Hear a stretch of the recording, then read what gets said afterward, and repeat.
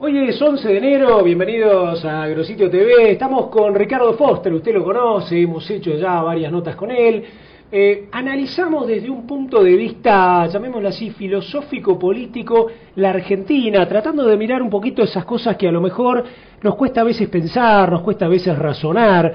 Y bueno, siendo 11 de enero, verano, estamos acá, digamos, todavía empujando la carretilla en pleno verano, pensando para usted que está en el campo, en la agroindustria, y reflexionando básicamente sobre este 2011. Ricardo, cuando arrancamos, vos en un momento, yo te decía, bueno, vamos a tratar de pensar el 2011. Vos hiciste una reflexión así muy chiquita, 2011, un año complejo, o algo así, ¿no? Sí, es un año, yo creo que decisivo, un año electoral que no es un año más, no es cualquier elección. Difícil encontrar en los últimos 30 años un momento electoralmente tan picante, tan caudaloso, donde se juegan tantas cosas en Argentina.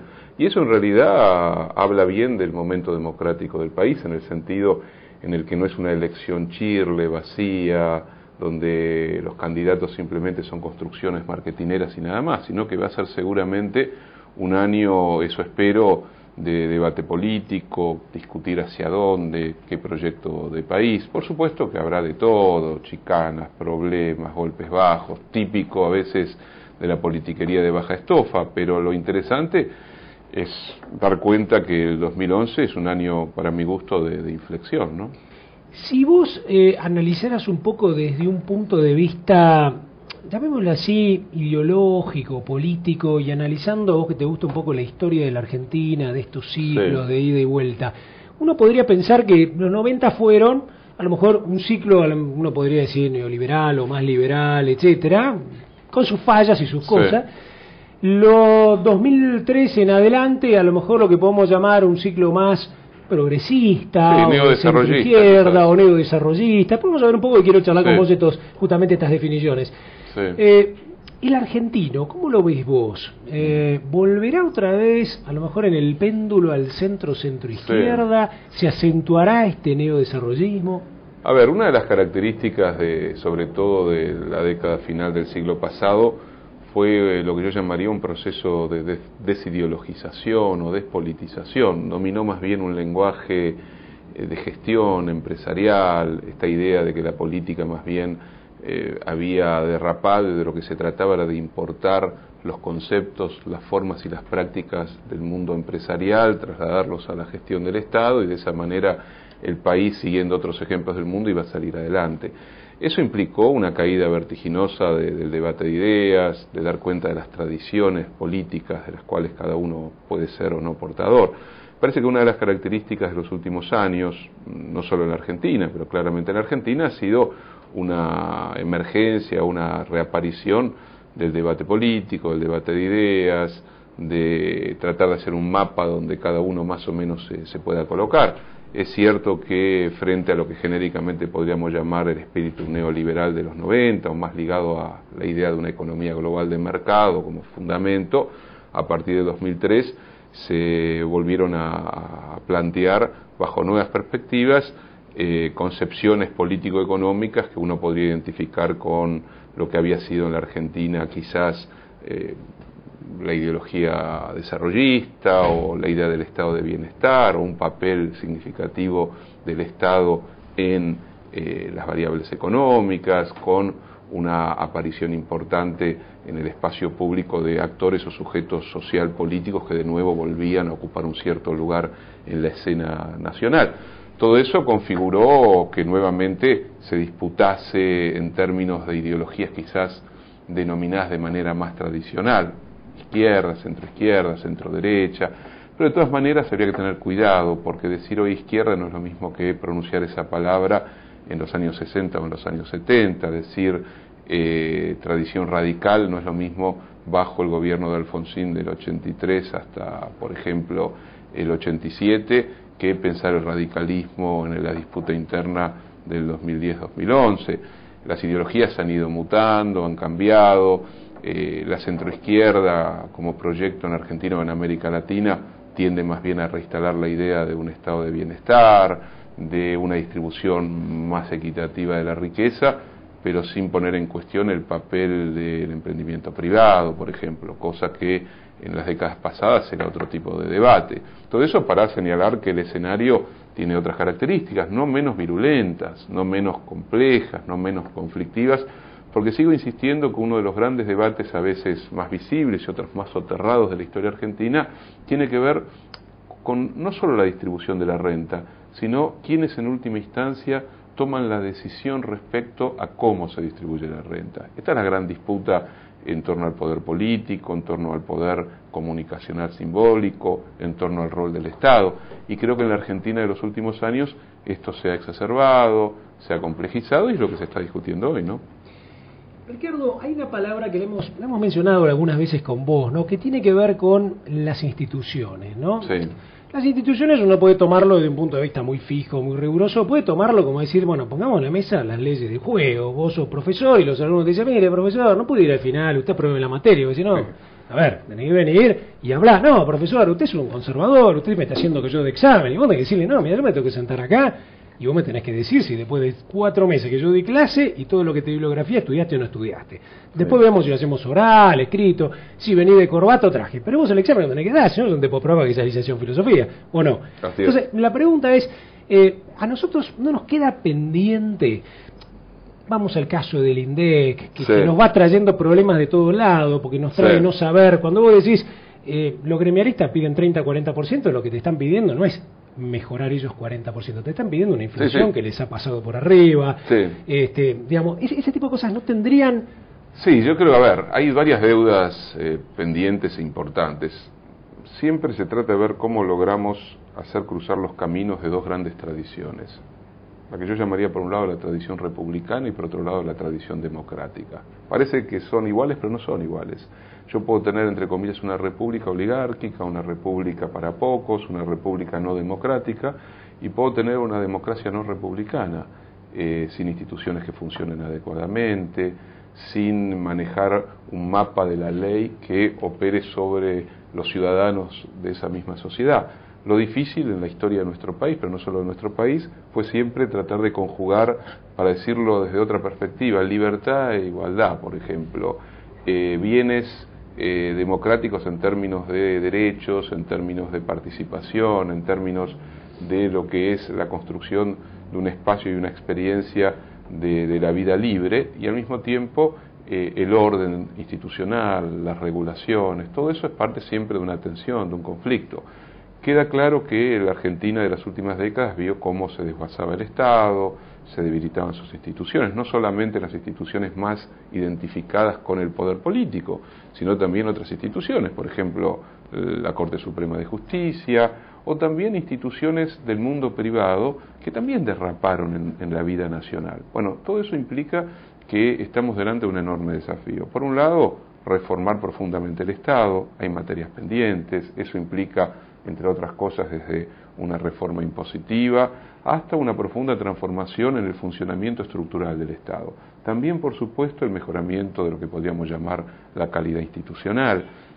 Sociedades donde hay cosas sin resolver, cosas muy gruesas, muy graves sin resolver, son sociedades donde también se está moviendo dentro de esas sociedades el mapa institucional, el mapa republicano, el mapa de todo aquello que hace el funcionamiento de sus reglas de juego y sus instituciones. La Argentina fue un país espasmódico, durante muchas décadas vimos cómo se dieron fenómenos cíclicos en donde lo que parecía maravilloso, inmediatamente de finalizar ese ciclo era lo más monstruoso imaginable y se invertían las relaciones. Entonces, salir de esa lógica espasmódica, de esos movimientos permanentemente críticos y tratar de entrar a un momento histórico de más largo plazo, es un gran desafío argentino. Pensar estratégicamente, pensar en términos no del día a día, de pasado mañana, sino pensar en términos de una década o más, cómo pensamos la sustentabilidad agropecuaria, cómo pensamos las grandes urbes, cómo pensamos la educación, cómo pensamos lo que tenemos que valorizar de nuestra capacidad de producción industrial, etcétera, etcétera, son parte de un proyecto que tiene que ir más allá del día a día. Nos ha costado mucho a los argentinos salir de las urgencias del día a día, de la conflictividad, de las rispideces y de las contradicciones de actores social, económico, políticos que muy difícilmente encontraron los puntos de coincidencia. Esto es interesante pensando en el momento actual. un momento que podríamos decir inédito respecto a gran parte de la historia económica, política argentina, de gran estabilidad, yo lo llamaría, en términos de crecimiento, en términos de mantención de una matriz que ha significado ya 8 años, insisto, insólitos en la historia económica argentina, de crecimiento continuo, con una cantidad de deudas y de problemas no resueltos, que muchos de los cuales han emergido con más potencia a partir justamente de lo que ha sido esta continuidad de crecimiento. Pero esto nos plantea también un escenario y un momento muy favorable para poder atacar estratégicamente cuestiones sin las cuales la Argentina siempre encuentra esa amenaza de lo espasmódico, ¿no? Es como que entonces tenemos la asignatura pendiente de seguir construyendo esto, ¿no? Sí. Llamémosle así, un país o republicano bien estructurado o democráticamente, digamos, bien armado. Y vos dijiste una palabra que yo en las 2 ocasiones anteriores que charlamos juntos yo hablaba de consenso y vos dijiste hoy coincidencia, ¿no? Sí. Y vos sabés que, bueno, justo acá tengo un libro de Ricardo Foster, su último libro, que se llama La anomalía argentina, aventuras y desventuras del tiempo kirchnerista, ¿no?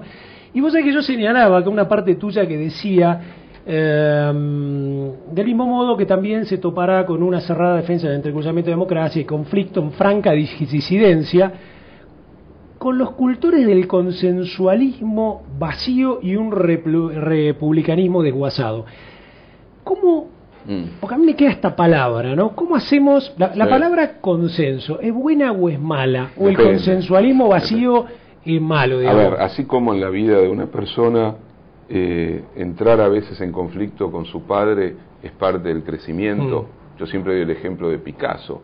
El padre de Picasso era un extraordinario pintor y fue maestro de Picasso hasta que Picasso a los 14 años se escapó de la casa. 14 años, se fue ahí de Cataluña y se fue a Francia. Picasso heredó la sapiencia del padre. El padre fue fundamental. O sea, Picasso sin su padre no hubiera sido Picasso, pero también tuvo en un momento determinado que diferenciarse, que entrar en conflicto con la verdad y el saber del padre. Lo mismo le sucede a las sociedades. En el interior de las sociedades hay cuestiones no resueltas, hay núcleos conflictivos. La democracia es siempre yo lo llamaría una gestión del conflicto, la democracia. Es decir, cómo lograr que lo diverso, que es parte de una vida social, puedan cada uno defender sus posiciones sin devorarse los unos a los otros. Este es el esfuerzo de la vida democrática, no solamente en términos de igualdad o desigualdad de la riqueza, sino también en muchas otras formas del vivir. Si no pensamos igual, no somos iguales, y eso está muy bien. Lo diverso es parte de la vida democrática, pero a su vez hay un ejercicio democrático decisivo que es cómo logramos que eso que es conflicto generador y enriquecedor no pueda transformarse en violencia, en desarticulación y en fragmentación. Esto es un gran desafío de la vida democrática en la Argentina, pero en el mundo en general. Lo vemos en Europa cotidianamente con las diversas problemáticas de las minorías, lo vemos en Estados Unidos, la violencia estructural de esa sociedad que es un dechado de virtudes democráticos republicanas y que sin embargo tiene el huevo de la serpiente en su interior. Esto plantea siempre el desafío de garantizar que en el interior de una vida democrática la pluralidad pueda respetar al mismo tiempo los ejes consensuados, las posibilidades reales del consenso junto con las diferencias. Entonces, si yo el consenso lo convierto en una especie de gran enmascaramiento, lo que hace es invisibilizar lo no resuelto, las contradicciones, las tensiones, la violencia real, los conflictos, y en realidad el consenso termina siendo la imposición de un sector, de un grupo, de quien fuere, sobre los otros. En realidad es un consenso falso, un consenso vacío, es un consenso que no ha nacido de la pluralidad que encuentra un punto de coincidencia. Ahora, si yo el consenso lo voy construyendo en función de intereses comunes, pero que al mismo tiempo respetan miradas diferentes, nunca va a ser la misma perspectiva estrictamente hablando de, el representante sindical y el empresario, porque defienden intereses que no son iguales. Uno defiende su rentabilidad, sus tasas de rentabilidad, sus inversiones, el otro defiende el salario, defiende los derechos laborales, etcétera, etcétera. Queda claro que tienen que negociar, que tienen que sentarse en una mesa, porque si la Uno fábrica destruye el quiebra, otro, es como claro, si la fábrica quiebra, es decir, el empresario se quedará sin su rentabilidad, pero los obreros se quedarán sin su salario. Por lo tanto, ahí habrá que buscar mecanismos de negociación. El Estado tiene un papel importante. En el mundo agrario pasa algo por el estilo también. ¿Cómo lograr una compatibilidad entre la gran rentabilidad de algunos cereales con la sustentabilidad, la diversidad, la biodiversidad, la sustentabilidad medioambiental? Bueno, son parte de discusiones que no las puede resolver el productor o el agrónomo o el Estado en abstracto.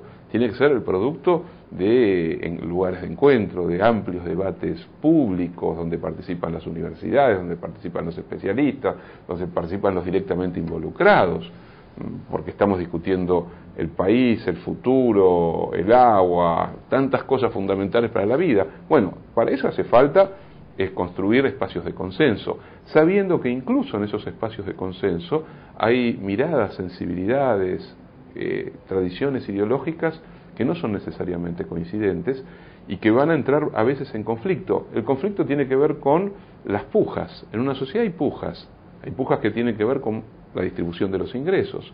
La historia argentina, insisto, tiene mucho que ver con esa puja. A veces la puja no es entre el trabajador y el empresario, sino, por ejemplo, entre el capital agropecuario y el capital industrial. Ha habido pujas históricas entre aquellos que planteaban un proyecto industrializador de la Argentina y aquellos otros que planteaban un proyecto de una Argentina más bien agroexportadora. Eso fue histórico, tuvo que ver con la generación del 80, tuvo que ver con el primer peronismo, tuvo que ver con los años 60, primero con el desarrollismo, y no es simplemente un conflicto entre puja salarial, sino que es un conflicto estructural respecto a qué modelo de organización de la vida social económica argentina. ¿Cómo focalizar una política internacional? ¿Tenemos que priorizar el Mercosur? ¿Tenemos que priorizar la alianza estratégica con el Brasil? ¿O tenemos que, por ejemplo, como se hizo en los años 90, priorizar en ese momento el vínculo con los Estados Unidos? Todas son discusiones estratégicas de hacia dónde queremos ir. Si América Latina es un lugar importante para la Argentina o no lo es. ¿Qué tenemos que hacer con el mundo asiático? Tenemos que pensarlo, tenemos que simplemente venderle soja a China o la India, o también allí se abren otros mercados caudalosos para la producción con producto agregado de la Argentina. En fin, son discusiones, para mi gusto, interesantísimas, donde muchas veces lo que aparece es una disidencia respecto a qué país. Porque yo, me gustaría decirlo, yo creo en un país equilibrado entre un desarrollo agropecuario fecundo y un desarrollo industrial también equilibrado y fecundo, que puedan cruzar sus caminos, porque sin ese cruce de caminos, en realidad, o tenemos una Argentina que exporta, pero el producto de esa exportación queda reducido como renta a unos pocos, o tenemos una Argentina que pierde de vista el papel importante del campo y cree que solamente se trata de la construcción industrial, o encontramos un punto de equilibrio donde el mercado interno más la exportación lo que tienden a construir es una sociedad donde se distribuya mejor la riqueza que se produce socialmente. Bueno, este es el gran desafío de la Argentina, si queremos un país de mayor inclusión social, un país más democrático en el sentido también de volver más dignas las condiciones de vida de sus habitantes. Dos ejemplos para que se entienda lo que quiero decir: el indoamericano y lo que pasó en San Pedro. Totalmente distintos aparentemente. El indoamericano, un terreno perteneciente al Estado comunal, que es ocupado, vamos a dejar los análisis más finos, es ocupado básicamente por personas que no tienen nada, ¿no? Y lo que aparece evidente es que hay algo no resuelto, que hay un Estado que no ha podido. Olvidémonos si el Estado Nacional, si la Ciudad de Buenos Aires, dejemos esa discusión de lado.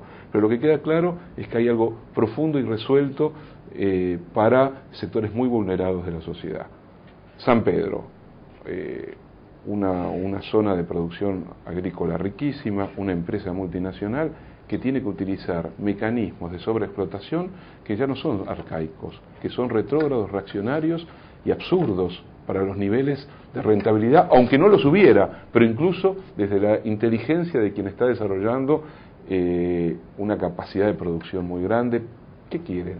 El capital concentrado, que esos hombres y mujeres terminen siendo no solamente sobreexplotados, sino que después con todo el resentimiento del mundo vayan a parar a los grandes conglomerados pobres de las grandes ciudades, se generen situaciones de violencia. Es decir, para reconstruir la Argentina tenemos que equilibrar, tenemos que compensar grandes...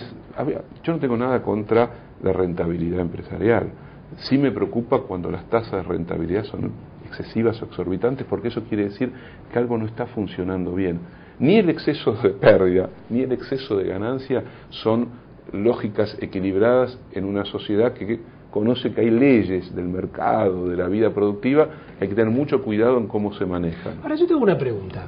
Vos suponete, porque ahí es donde vuelvo al inicio de nuestra charla, y me parece que ahí es donde es interesante explorar si las instituciones están funcionando, una palabra que dijimos, sí, si los consensos realmente son prácticos y funcionan, y si tenemos gestión. Porque digamos, sí, a ver, si suponete que vos sos un tipo estrella y sacás un montón de libros y ganás, en vez de ganar 100.000 pesos, ganás 2 millones de pesos. Ahora, vos pagás impuestos. Cada libro tuyo paga impuestos y no se paga en negro, no está en la calle tirado por ahí.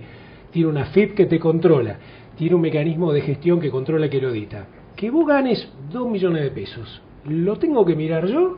¿O vos tendrás que pagar más renta? Porque alguien dirá, no, mire, Foster, a ver, usted hasta ahora paga monotributo, pero usted tiene que pararse de responsable inscripto. El responsable inscripto usted está en la categoría máxima, tiene que pagar el 35%. Viene la FIP, te agarra y dice, usted paga el 35% y listo. Lo mismo que estas empresas idea. No, entonces, el problema es que gane mucha plata. Si un tipo es exitoso y gana, si vos ganás mucha plata sacando libros, Kovaldov también, está claro. También, y viene la FIP y te cobra, y te pone un marco institucional, y hace que tus libros no sean truchos y se paguen en librerías, donde la gente paga y paga el impuesto y yo voy y me está clarísimo, el argumento está clarísimo.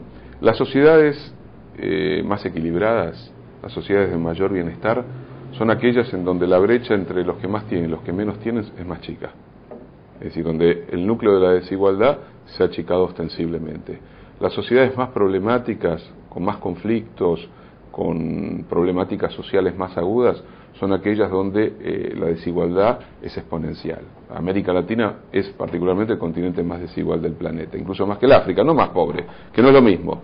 En África hay más pobreza, pero hay más desigualdad en América Latina. Quiere decir que la concentración de la riqueza es mayor en América Latina que en el resto del mundo.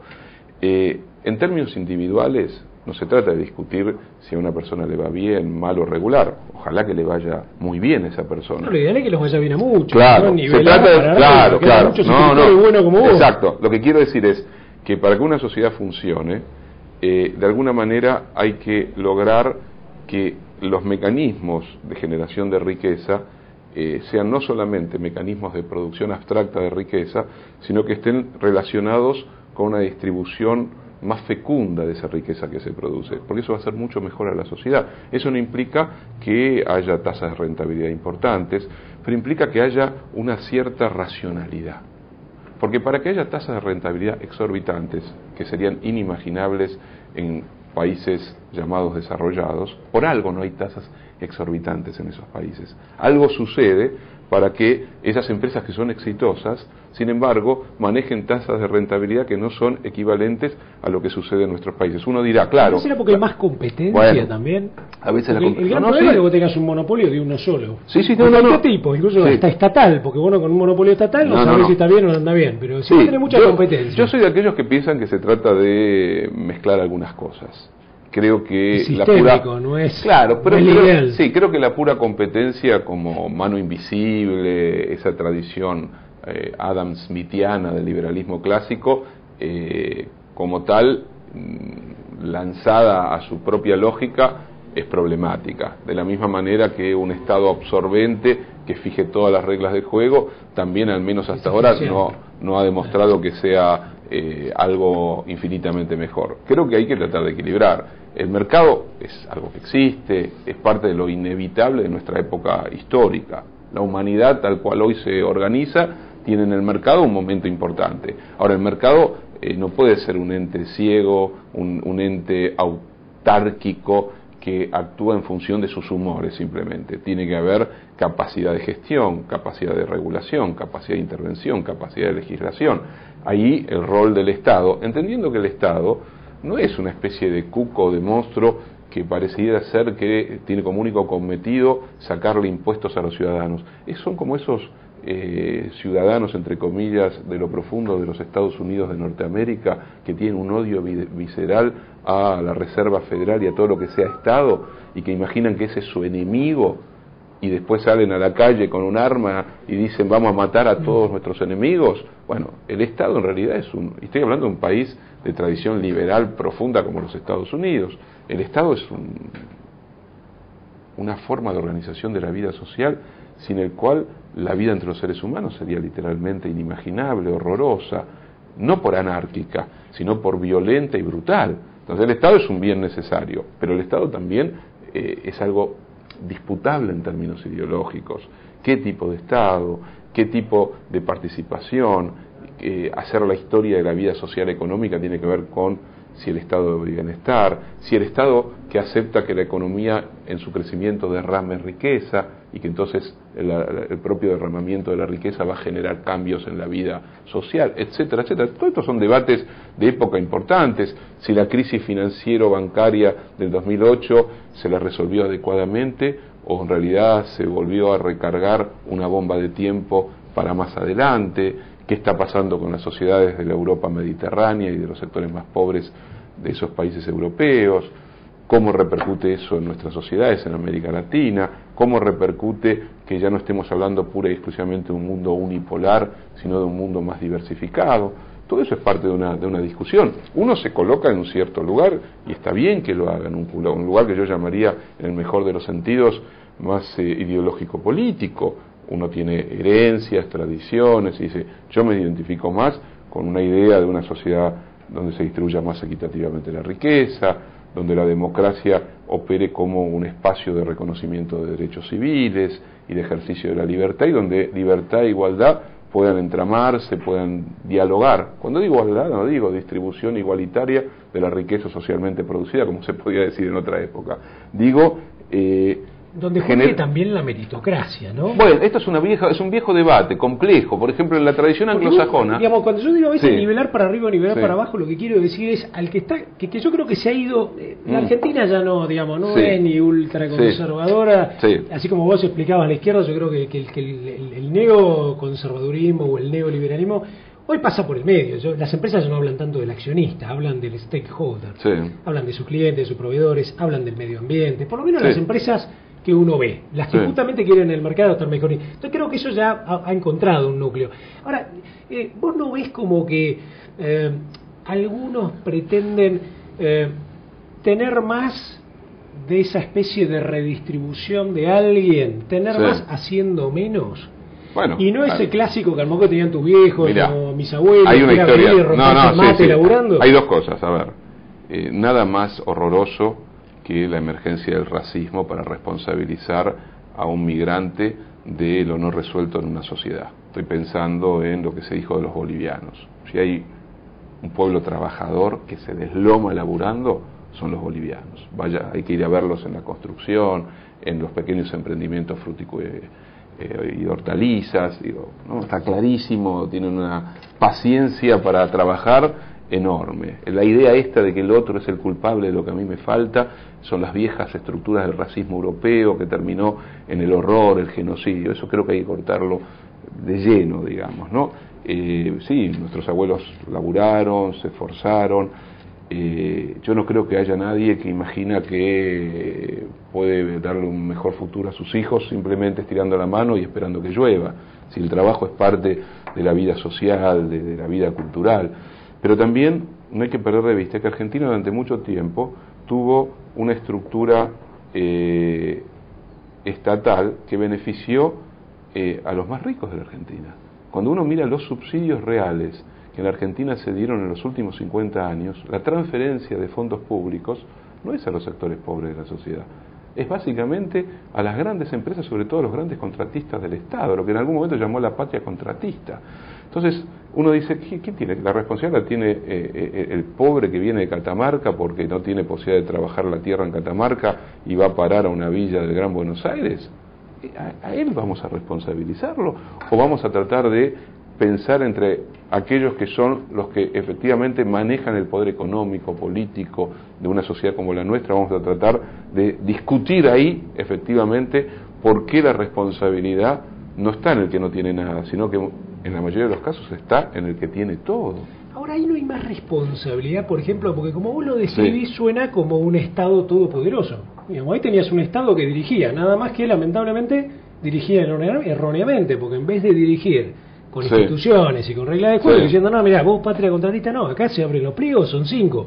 Podés ganar vos, podés ganar otros 5. Además, tenemos muchas empresas, no solo vos ni un monopolio. Sí. Ahí no es culpa del Estado, ¿viste? Como cuando dice, ¿de quién es culpa? ¿Del chancho que hay que comer? No, claro, es una Porque no existe contratista, terroniero, si no hay alguien que le da de morfar y se lleva un 20. Por supuesto. A ver, me parece que eso es parte de algo a resolver, no menor. Creo que se han hecho cosas importantes en los últimos años. Creo que toda la reconstrucción democrática de la Argentina pasa también por esto que es la transparencia en los vínculos económicos entre el espacio público y el espacio privado, el rol del Estado, las licitaciones, que haya siempre zonas complejas, que yo llamaría oscuras y poco virtuosas. Eso es parte de una dinámica difícil de resolver en el corto plazo y difícil de resolver en general. Las sociedades no son un lugar virtuoso, son lugares muy complejos.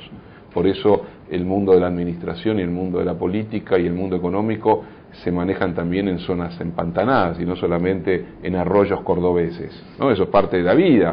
Es decir, así como hay problemas entre los individuos, también los hay en los espacios de gestión y de organización, porque las sociedades no están habitadas por anacoretas, por místicos y por personas éticamente intachables.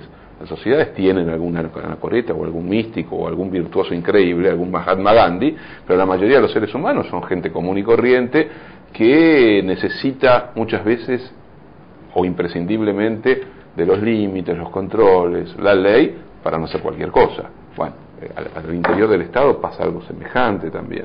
Un Estado bombardeado, mal utilizado, muchas veces incluso con ideologías diferentes, porque uno analiza el Estado de los años de la dictadura militar y el Estado de la época democrática, y muchas veces los vicios eran exactamente los mismos.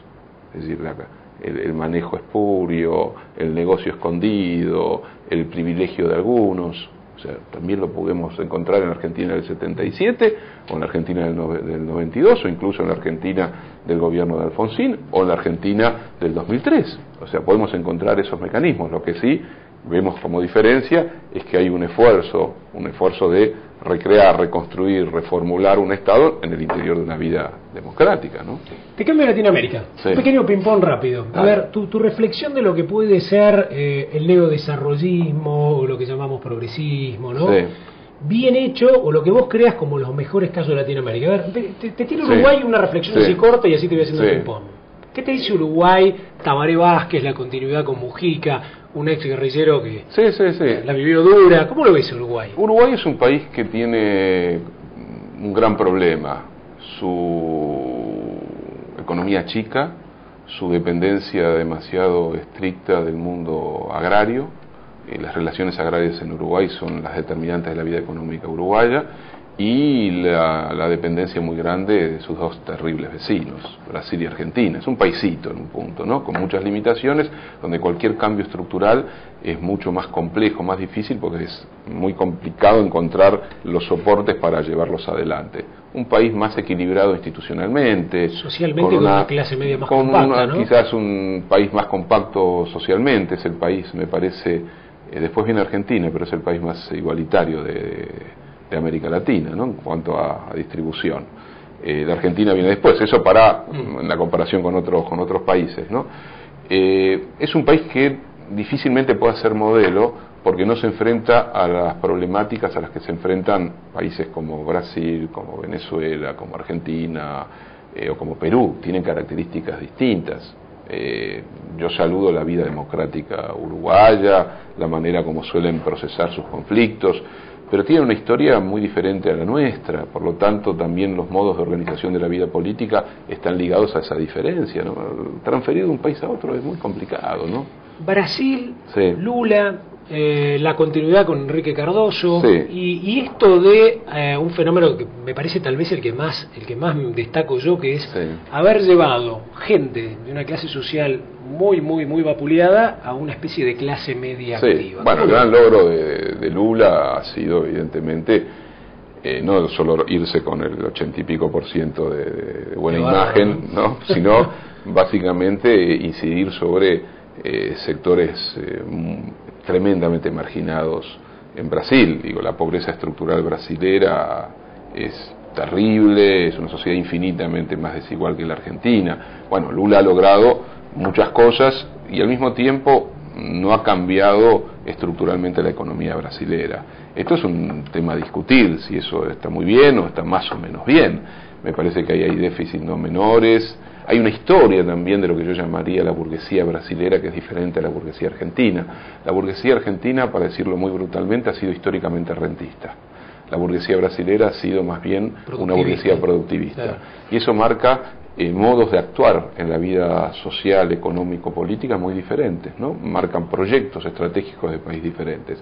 Eso hace que muchas veces sea más compatible de repente un gobierno como el de Lula, que supuestamente era un gobierno precedido por todos los fantasmas de una izquierda de trabajadores, que termina en relación de fluidez con el mundo industrial empresarial brasilero, que una situación argentina donde nos encontramos con un gobierno que en realidad es un gobierno más bien neodesarrollista, que no viene de una tradición obrera o de izquierda, ¿no? Y que sin embargo encuentra zonas de conflicto muy grandes con el mundo empresarial concentrado, pese a que estos años han sido muy brillantes para la economía argentina y sobre todo para esos sectores, lo que plantea algo extraño, una estructura esquizoide de la Argentina en parte, ¿no?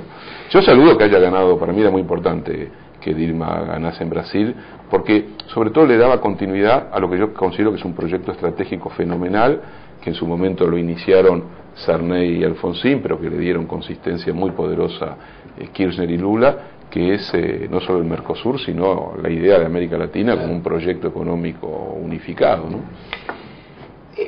Te tiro cortito, Sí. Venezuela y Cuba.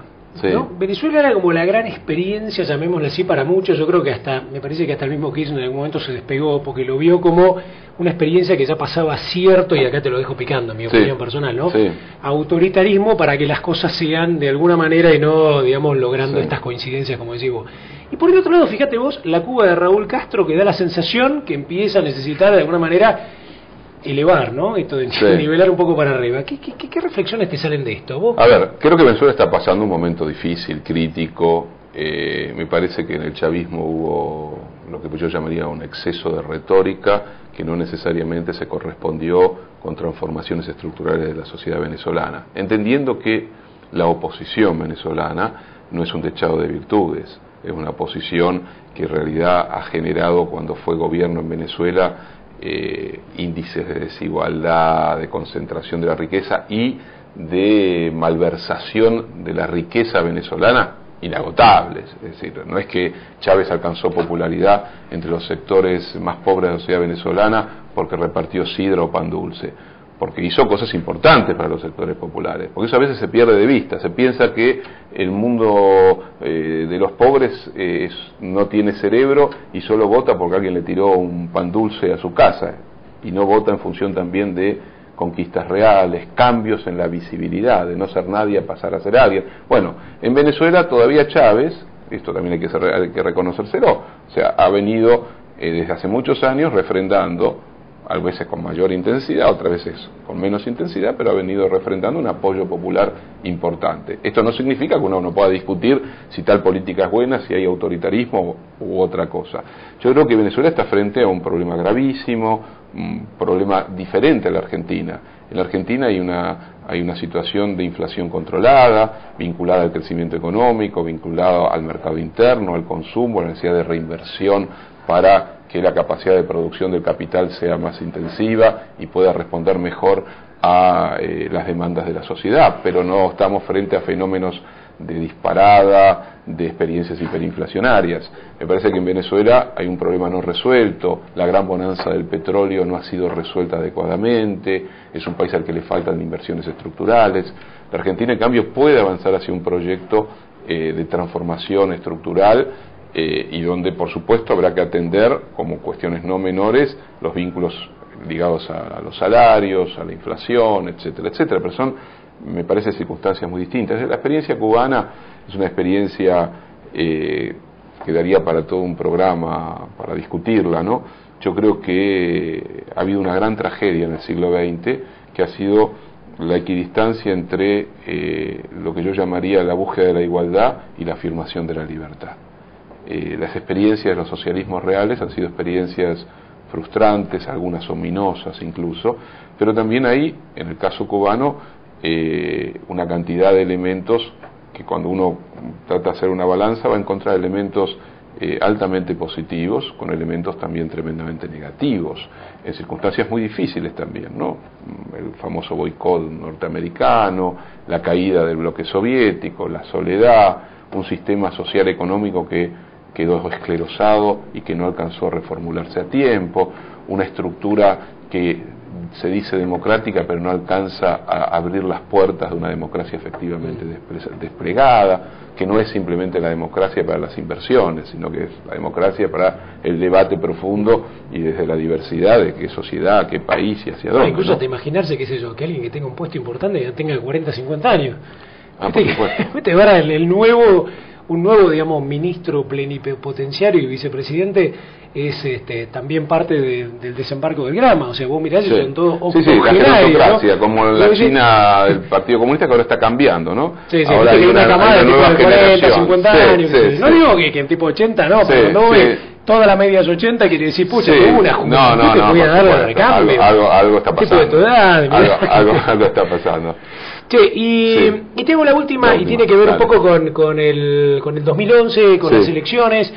Suponiendo que esta continuidad de este modelo, de esto que se ha dado en el pensamiento del expresidente, de Cristina, Cristina decidiera, por diversos motivos a lo mejor, guardarse hasta el 2015, tomarse 4 años sabáticos, etcétera.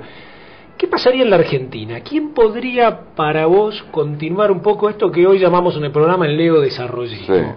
¿Podría ser a lo mejor el radicalismo con el socialismo de Wiener? ¿Podría ser Scioli eventualmente en una especie de confluencia con el peronismo federal y el peronismo real? Hay otros que se puede separar. Yo parto de la premisa que la única garantía de continuidad es Cristina Fernández de Kirchner. Yo creo que en relación a lo que se abrió en la Argentina en el 2003, en relación a un proyecto de transformación estructural de la vida económico-social argentina, me parece que por las características de este momento, por lo grueso de la conflictividad interna de los actores social, económico, políticos, me parece que la única garantía para aquellos que consideran que tiene que seguir este proyecto, por supuesto, es Cristina. No hay, antes eran dos, o era Néstor Kirchner o era Cristina Fernández. Murió Néstor Kirchner, está Cristina Fernández. No hay naturalmente alguien que, si Cristina decidiese que por ahora no, porque está muy cansada, que por esto, por lo otro, exprese con solidez lo que solamente en este momento expresa Cristina. No creo que desde las fuerzas de la oposición haya un involucramiento real con un proyecto de transformación de la Argentina. Más bien veo allí fuerzas regresivas, muy maniatadas, muy poco interesantes, salvando excepciones. Yo le tengo respeto y simpatía a Ricardo Alfonsín, lo prefiero infinitamente a Alfonsín por sus características personales, por su franqueza, que, no sé, a Cobos, por ejemplo, o prefiero disputar con un radicalismo aliado al socialismo que disputar con Macri aliado a Duhalde. Yo me siento mucho más a gusto discutiendo con Wiener o con Alfonsín que discutiendo con Duhalde y con Macri que Argentina, eso está claro. Pero me parece que no hay garantías en la oposición de que se pueda, porque lo difícil, insisto, es compatibilizar la necesidad de un crecimiento económico, la necesidad de reformular estructuras anacrónicas en la Argentina, con lo que históricamente ha sido la capacidad de chantaje de las grandes corporaciones. Cuando digo eso no quiere decir que una corporación tenga que dejar de existir, quiere decir que una corporación también tiene que ser limitada. Y la única forma de limitar una corporación es construyendo un bloque político lo suficientemente intenso y fuerte como para poder generar reglas de juego lo suficientemente claras como para que la corporación, sea cual sea, se pueda limitar en sus propios deseos de acrecentar su poder. Esto es parte de una puja histórica en la vida argentina, pero también en la vida de las democracias.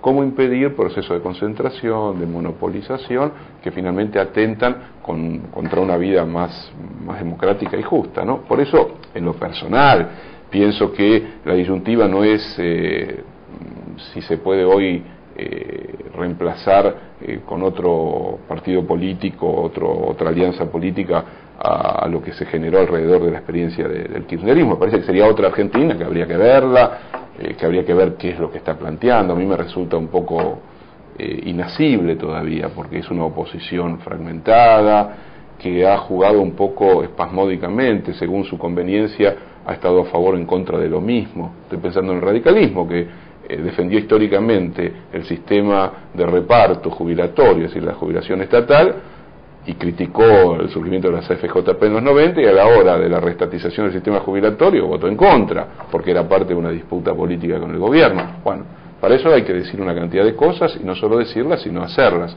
Yo prefiero que haya una continuidad a través de una figura como la de Cristina Fernández. Lo he escrito, lo he dicho, tiene que ver con lo que son en este momento, mis reflexiones y mis simpatías políticas, ¿no?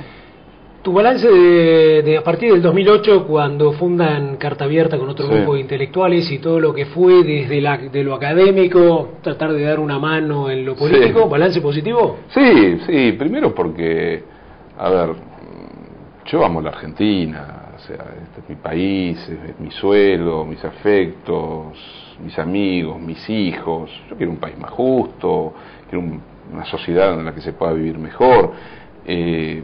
Lo que hago, y creo que lo que hacen otros amigos, lo hago y lo hacemos por ganas, por convicción, por vocación, por pasión argentina, por pasión política, porque en realidad no se estaba pensando. Antes hablamos de Horacio González, o no sé, yo pensaba en mi querido amigo Nicolás Casullo. Ninguno de nosotros tenía necesidad de hacer este pasaje a la exposición pública. ¿Para qué? Si en realidad cada uno de nosotros tiene un camino recorrido, tiene su vida más o menos resuelta. Ellos son un poco más grandes que yo, pero yo tengo 53 años, a esta altura de mi vida yo podría decir, hasta acá llegué, está todo bien, ¿para qué complicarme la vida? Pero creo que es un buen tiempo argentino. Yo la verdad que eso es lo que me gustaría transmitir, ¿no? Que es un tiempo intenso, interesante, y como todo tiempo intenso e interesante, es un tiempo que no te ahorra dificultades. Pero es como un buen libro. Si un libro te ahorra todas las dificultades, mejor no lo leas. Y si vas a ver una película que te resuelve todo y vos te sentís maravillosamente inteligente porque lo entendiste absolutamente todo, es porque algo en esa película está demasiado mal resuelto. Bueno, en la vida de un país pasa lo mismo. Si todo parece tan tranquilo y fácil, es porque no es tan tranquilo y fácil. Ricardo Foster, filósofo, académico, escritor, y un hombre que, bueno, se ha dedicado a pensar esta Argentina. Y bueno, acá en Agrositio lo invitamos siempre para tratar de imaginar un poco lo que va a pasar en el 2011. Gracias. Gracias a vos, un gustazo.